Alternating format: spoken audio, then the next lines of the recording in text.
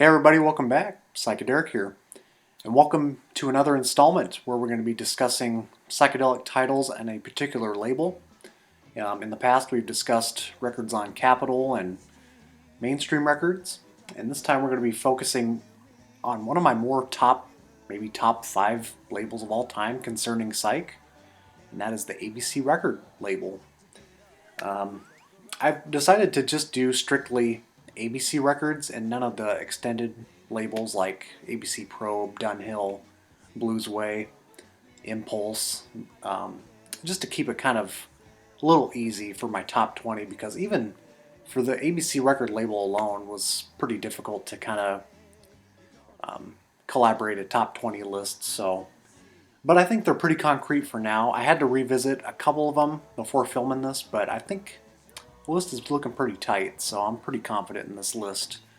I don't own all of these, but the top 10 it looks like I do own in the collection. So if I don't own them, I'm probably going to insert a lot of album cover arts in that corner. So hope you guys enjoy, and hope you guys are doing well as well. So let's begin. So if I don't mention any of these, at the end of this video I'll probably mention the ones that didn't make the cut, or something of that nature. So let's begin. So at number 20, I decided to go with Fort Theater's Debut, which I used to own. I don't own anymore. I sold that one. It's a very good album, though. It's just one of those kind of records I just never played very often. It's like a perfect definition of what progressive psych is. It's a very early incarnation of like progressive rock. It's very keyboard heavy, but it's also got its nice dose of fuzz leads and just very jammy record. They were based out of the Boston area, part of the Bosstown Sound, loosely, I guess you could call them. Pretty strong record overall, but it's just one of those I didn't play and just decided to part with. I'll probably end up with it sometime down the road later on, but it's a very strong record, and for the top 20 list, I should say also pretty much everything in this top 20 list is at least like a 4 out of 5 star record, so all of these I love. It's just I'm kind of ranking from, the bottom of the barrel, which I do love yet, to the cherry on top. So with that said, I do love all these albums though. Number 19 we have Damien, which was also post Bubble Puppy. This came out in 1971. This is one I still do not own. This is one I had to revisit because I remember it was kind of more of a hard rock effort, but some of the songs didn't really stick out to me. It's pretty much straightforward rock, but I would consider it a little tad bit stronger than Ford Theater. And for my personal taste, I probably do prefer Bubble Puppy, but they're both really different acts, They're both very good in their own style. The only thing I don't really care for in this album is that they redo Todd's tune, which was my favorite tune off of Bubble Puppy. To me, they really don't give it any special treatment, on the second take on their Damien album. So it's kind of pointless for me, but that was really my only complaint on that one. Other than that, I love the second track, which I can't recall the title right now. It's kind of it's got a nice funky rhythm to it in a kind of upbeat hard rock style. So very, very strong album overall. And number 18, I decided to pick this one, and I do own this. This is Salvation's debut album from 1968, I believe. This one's kind of notable for having a very, very intense fuzz lead on here on some tracks. Nice gatefold. And what an album art. I mean, it just totally shows you what you're going to get into, some kind of like strange hippie realm of some sort. And it's a pretty strong album overall. This is one I don't listen to as much, especially nearly as much as their second effort, which I will share. But yeah, a pretty solid effort debut.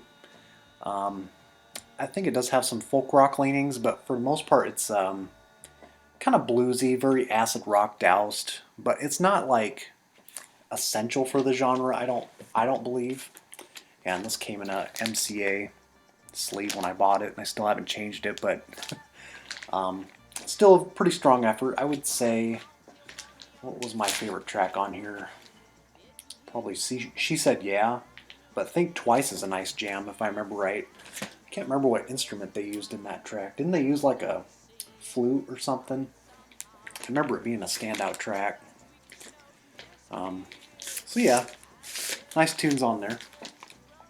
At number 17, I decided to choose Click Horning. This is one I really want. It's kind of hard to come by nowadays, and especially in good shape. I did lose a bid on it a while back. I think it went for like 40 bucks, which is relatively decent deal if it was clean shape. But yeah, this is one where it's got a lot of soft acoustic backing to it. The whole album is pretty soft and melancholy-like in a very Donovan-esque way. It's probably described best as like folk psych, but it's also got a lot of singer-songwriter elements going for it too. And it's got a very late night kind of chamber folk element going for it, and I love it. I think there's like maybe one or two tracks that are upbeat, but for the most part, if you're into like a very low key acoustic night of different compositions in this sort of like folk psych range, this is definitely one to check out. So yeah, ABC just had all the psych ingredients targeted, in the folk psych, pop psych, acid rock, bubblegum, and that's just why they're one of my favorite labels because of that.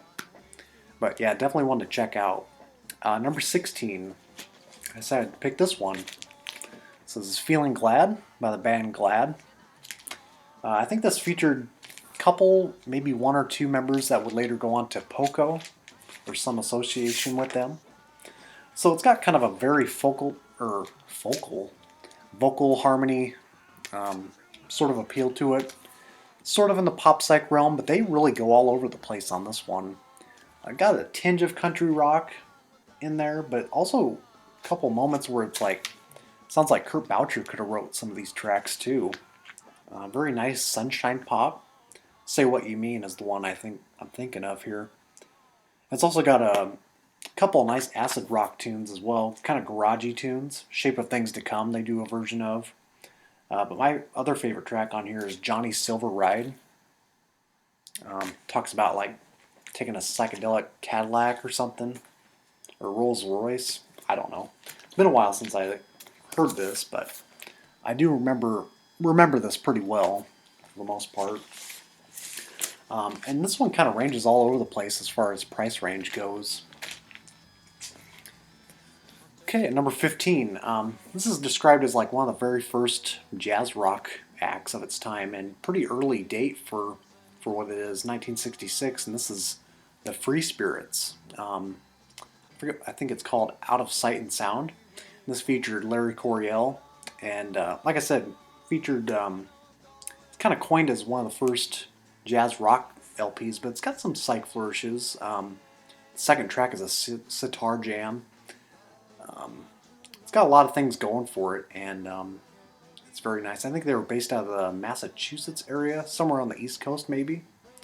That's one of those LPs that's always eluded me, and it's a very nice quality album coming before the pre-psychedelic era. So ABC was on top of it. Then at number 14, decided to pick A Very Strange Brew. It's kind of controversial what the band name really is, because there it's on the back of the brew, and it could be Strange Brew or A Very Strange Brew. It's never really indicated what the band name could be, but this is a very nice kind of psychedelic soul effort. I think they're based from the West Coast. Yeah, this features some great tracks, some nice sound effects thrown in. Such a Foggy Day. I Can Hardly Wait to Live is the other highlight. So yeah, it's kind of like an early Rare Earth sort of vibe. Psychedelic soul, some funk elements as well, but also psych. So it's a very cool LP. And it's on the cheap side also. Number 13. So this is probably surprising to some of you guys, maybe not. But this album is not very good at the end of the day for most people, but this is one I learned about early on in the ABC catalog. And for some strange reason, it's got this kind of charm to it, this kind of raw, gritty charm to it that I just enjoy. And it's higher up on the list for some reason. This is Maximilian, self-titled, one and only album. And this is kind of one of those albums where it doesn't even sound like a major label release. It's just so raw, and the mixing is just so odd. Sounds like there was just a one-night session, and got all these brothers together and cut this out, you know. I love that gatefold. And this is probably one I overpaid when I first got this, but no regrets. I mean, this is a very tough copy to come by when it comes to ringware. I've actually spotted this a couple other times in Omaha when I would go to the record shows. But yeah, so musically it's kind of based around a very Hendrix-like sort of vibe. It's kind of blues rock heavy.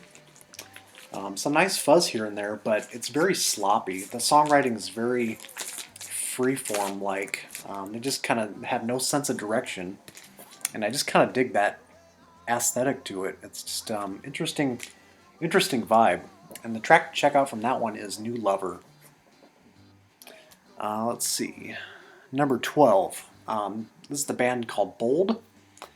There's a lot of one-worded bands on ABC. You'll figure that one out going into this list. But Bold, these guys were based out of the Massachusetts area, and this is one I had to revisit because it's been a while, and it's definitely in the kind of progadelic realm. And my favorite tracks were like, I think leading into side 2, there's like a 7-minute jam, which was the standout track. It has a very nice kind of groove to it. And then I think it's the first song on side 2. It's called Free Fog or something. It's like sort of like ambient piece from 1970 or 69, whenever it came out. Kind of ahead of its time when you listen to it. It's a very intriguing track. But overall, it's got a lot of nice harmonies. It's pretty straightforward prog rock, but I would say it's definitely one of the stronger titles. Has a lot going for it. And as far as price range goes on this is one that kind of ranges all over. And nowadays, you don't see a copy popping up very often, so it's one that still eludes me. So yeah. And then we go on to number 11. Now this one I had to revisit, but I knew it pretty well, but I had no idea it was this good. And I was surprised when I revisited this one. This is Wool, self-titled, and what a cover art. That's probably the only weak point for me. I do not dig that cover art. It's kind of creepy. But yeah, Wool, I forget where they're based out of, but man, the musicianship on this album is so tight. It's so strong. Every track I was like blown away. I was like, wow, I don't even remember it being this good. So there's like a few covers on there. I think they do a version of combination of the two. The Janis Joplin track, way better than their version in my opinion. There's like this sort of like funk rock edge to a lot of these tracks, which really gives it a sort of like a higher quality in you know, showing their versatility and where they can go with some of these tracks. And especially the last track really surprised me too. You know, how the rhythms are sort of going with the rhythm guitarist. Just lots of surprises thrown in. Of course, there's like one or two tracks that are kind of on the weaker side, and there was one covered song, I forget which one. It was like a really slow version of the song. I was kind of like, okay, I get it. Kind of dragging on too long. But otherwise, this is definitely one I'd like to pick up sometime down the road. Probably the next one I'd like to pick up on ABC. So on to number 10. So this is where we get into the nitty-gritty of the list, the good stuff. So this is probably one of the very first I picked up on the label. I got a very good deal on this back in my early VC days. This is Eden's Children's Sure Looks Real. It's their second and final album. Rather cheaper than their debut, it seems like. Nice gatefold there. This band was amazing. So it's kind of like a power trio, dipping their toes into like, you know, some jazz rock elements, but also got a very heavy fuzz lead at the same time. Richard Schumach, I think is his name. What a talented guitarist. He's like one of my favorites when it comes to, just seeing the diversity and style he can go into. He can do all these like smooth jazz licks, and this one's a little more jazz heavy, I would say, but very, top quality. But then he can just like punch that fuzz box and kind of go into this aesthetic riffage, and it's just mind bending. With that said, this album's top notch right here. This was my first one that I picked up on. I got this on a bid for like $3 on eBay one day. One of my very first rare records, I guess you could say too. So, sure looks real. Wow. Stunning stuff. And then on to number 9. Number 9. This one was a little tough to acquire as well. And it's, you just don't see copies popping up all the time for under 50 anymore. This is Influence. Yeah, I would consider these guys like sort of like Canada's answer to Mothers of Invention, along with the Crazy People. This one is just wicked, whacked out wild on several tracks. To the point where they even start doing like Pepsi commercials on the last track, Mad Birds of Prey. They definitely had sort of a niche sort of style going for them, and definitely had some talent, but boy, this is one to settle in and strap on your seatbelts, because you're going on some kind of journey. Definitely the most experimental of this list, I would say. It's certainly the most whacked out, but that's why we love it. It's my favorite track. Baby, That's My Bag. Yeah, I really can't pick a favorite track on here. It's just, it kind of really goes together well as a whole. But there's also a couple serious moments on there too. So at number 8 spot, this one's rather low, perhaps, for, if people had to rank their own list, probably be in the top 5. But for me, I've kind of fallen apart from this album over the years. Not that it's bad or anything, but this is The Ill Wind, Flashes. This is sort of one of those albums that I discovered early on and was kind of all about this record. And up until recent years, it's just kind of become kind of boring to me. Maybe not so much boring, but it's one I don't return to very often, even though it does have some outstanding, fantastic tracks, which kind of push this album up in the list for that reason. Full Cycle. What a hypnotic trance commune jam of some sort, And what's the other one? Dark World is very haunting folk psych kind of realm. What's the other one? People of the Night, the jam on side 1. So it's got a lot of great tunes, but in my opinion, I think they could have mixed it up a little more. Kind of got a little more underground. To me, they just kind of stick pretty bare bones to the sort of like Big Brother and Holden Company kind of sound. And this is not one of the best cover arts either. I mean, they got like all the rapping, kind of spread it out, and the fog machine's doing whatever in the background, and then the whole graphic design on the backs, you can barely see it. And then the fact that, there's been copies with Dropout on side 2, which is also notable for.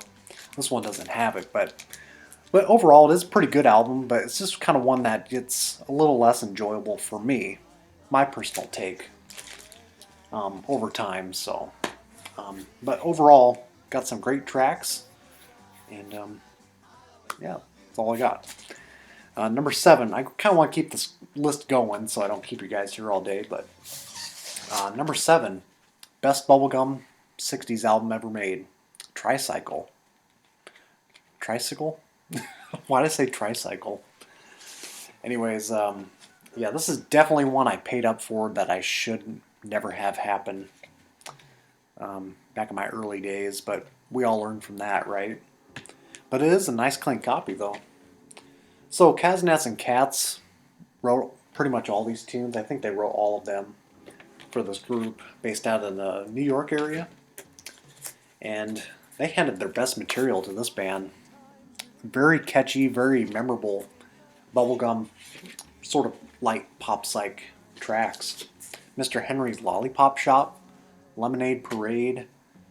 What's the other one? Yumberry Park. Man, that'll get stuck in your head for a while.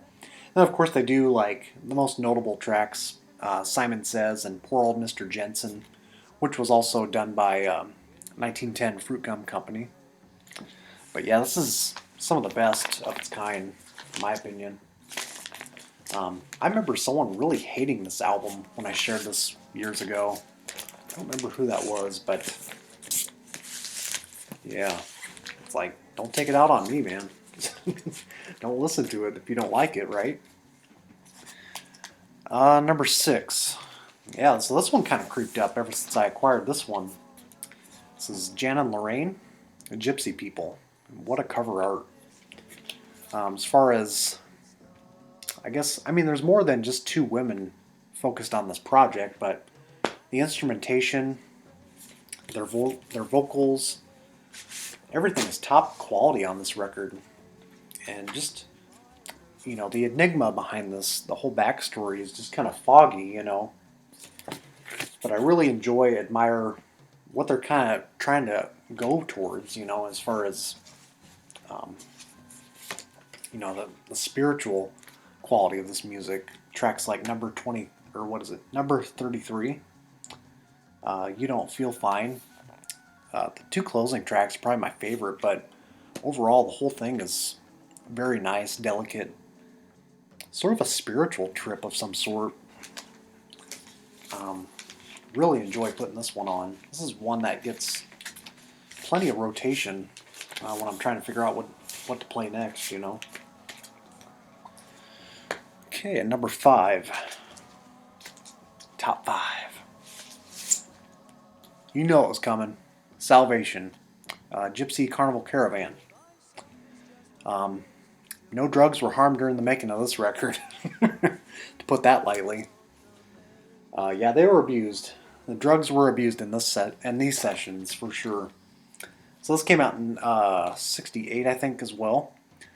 Their follow-up is just so much more stoned than their first one. With all the effects thrown in, all the jamming, and just all the lyrics put into place as well. Really defined the stoned hippie era to a T. And what's my favorite tracks on here? Are there tracks in here? I'll have to look on the label. Yuck Yuck. It's probably my favorite one. This has been a Yuck Yuck production. Yuck, as they say. But yeah, this is, if you want to listen to some stoned psychedelic rock, this is some of the top from this label. Number 4. Eden's Children. Boss Town Sound. Yeah, this one's definitely kind of a worn copy. Probably G+ cover, but record plays great. And that's all that matters. Again, I consider this kind of, significantly more stronger than their second album. I don't know why. I think the material and some of the songs just kind of grabbed me a little more than the second album. Whereas the second's a little more softer in some spots than this one. And it's just some strong tracks. The opener, Knocked Out. What's my other favorite track? Don't Tell Me. The closing track on here. He just lets loose on that fuzz guitar, man. And then the instrumental, Out Where the Lightfish Live. And this one just showcases a lot of what he was all about. As far as, like I said, mentioned earlier, the between the fuzz box and his smooth jazz licks, he was quite a talented guitarist, Rich Schumacher. So you don't hear very much about these guys like you should when it comes to psychedelia sometimes. Okay, number 3. Had to put this one up there. This is one that I can always return back to, and I always find something a little different. Usually on side 2, it seems. Once I kind of dive into this record a little bit, I'm always like, oh yeah, I remember that part. And other times I'm like, wow, that was unique. You just kind of get thrown all over the place on this record. Graffiti. Kind of one of the more fan favorites on the label for sure. Lots of great use of effects throughout. and the consistency between each track flowing in and out of each other. It's just really one hell of a adventurous ride all the way through. So yeah, I can't really narrow it down to one track, but I would say New Life, I think, which is actually a suite of some sort. But the individual tracks flow in with this track New Life. The first two tracks on side two are a couple standouts from here, as well as Father Protector. I think they came out with one single as well, one non-LP single. He's Got the Knack or something. So yeah, I'll put that back later. But Graffiti, don't sleep on this one. I think I actually got this from Dead Wax 66. Isn't that right, Randy? I think he said he sold that to me, and I didn't even realize it at the time. Number 2. All right. Number 2. The Griffin. Yeah. What else can I say about this album? Vastly underrated as far as the ABC label goes. I mean, I've seen some people share it, but I guess they don't share my enthusiasm as much as they do. They're just kind of like, oh yeah, it's nice pop psych, you know. And I'm just like, this is like some of the best, man. So I will say though, the first tracks on both sides are pretty weak. They're not very good at all. It's kind of like hokey pokey, you know, old time movie sort of. What am I thinking of? Like ragtimey type of songs. And all throughout the album, there's like this little intervening theme of the world's filled with love up until the very end. But as the album progresses, it actually gets substantially better. It just opens a tad bit twee, or on the light side. But man, does it pick up substantially. The organ sound on this record is one of the best organ leads I've ever heard. I don't even know what kind of organ it is. They must have attached some kind of like fuzz pedal to it or something. It's kind of got this like really warm, saturated sound to it. One of the bigger highlights off here is In My Other Life and Lovely Blossom. Overall, very strong material, and it's just like, you can just tell they threw so much money into this project and then just tanked, you know.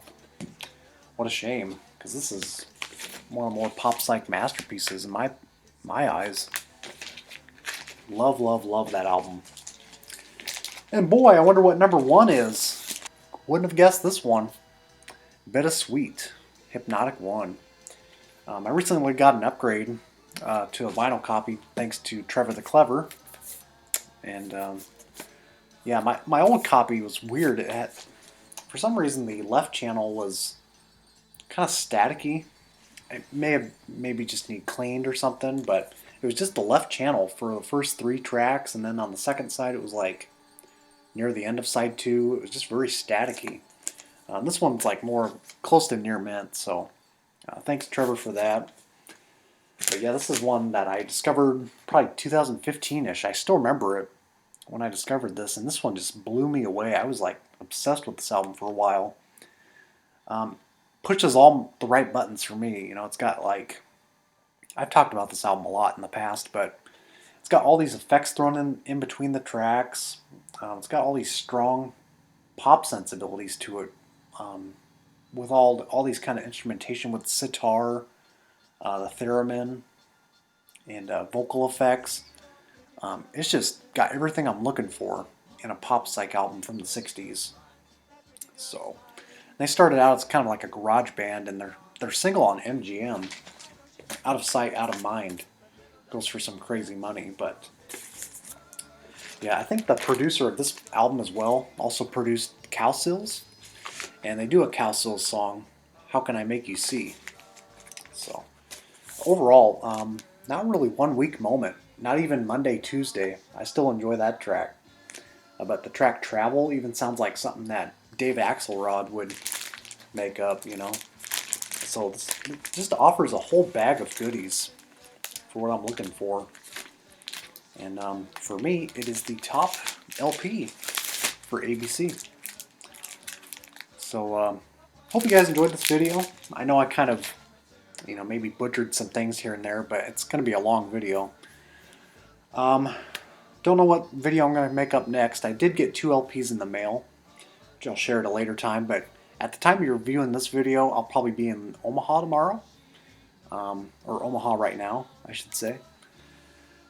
So there's a new store that opened up, and I haven't went there yet, but I went to the sister store in Des Moines back in August, so we shall see what this store has to offer. Yeah, hope you guys enjoyed the ABC collection. Let me know what your top 5 or top 10 are, if you can rank them, and hope I didn't keep you too long. So thanks for watching. Thanks for watching and enjoying my mixes, and we shall see what comes next. So thanks again. We shall see you soon.